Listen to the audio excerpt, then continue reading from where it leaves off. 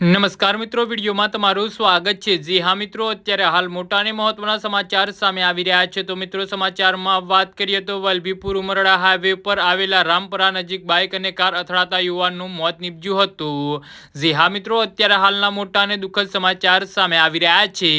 વલભીપુરના પાડીવાળા વિસ્તારમાં રહેતા સુનિલભાઈ રાજુભાઈ દોદડિયા અને બિપિનભાઈ મોહનભાઈ ડાભી મોટરસાયકલ લઈને કાર મારફતે ઉમરડા જઈ રહ્યા હતા। તે દરમિયાન વલભીપુર ઉમરડા હાઈવે પર આવેલા રામપરા ગામ નજીક કાર નંબર GJ5JK 1685 ચાલકે પોતાનું વાહન પૂરી ઝડપે બેફામ હાંકી ચલાવી હતું। જી હા મિત્રો, અત્યારે હાલ મોટા અને મહત્વના સમાચાર સામે આવી રહ્યા છે। બાઇક સાથે અથડાવી દેતા બંનેને ઈજા થતા સુનિલભાઈનું સ્થળ પર જ મૃત્યુ નીપજ્યું હતું। આ બનાવમાં મૃતકના ભાઈ કાર ચાલક વિરુદ્ધ વલભીપુર પોલીસ મથકમાં ફરિયાદ નોંધાવતા પોલીસે વધુ તપાસ હાથ ધરી છે।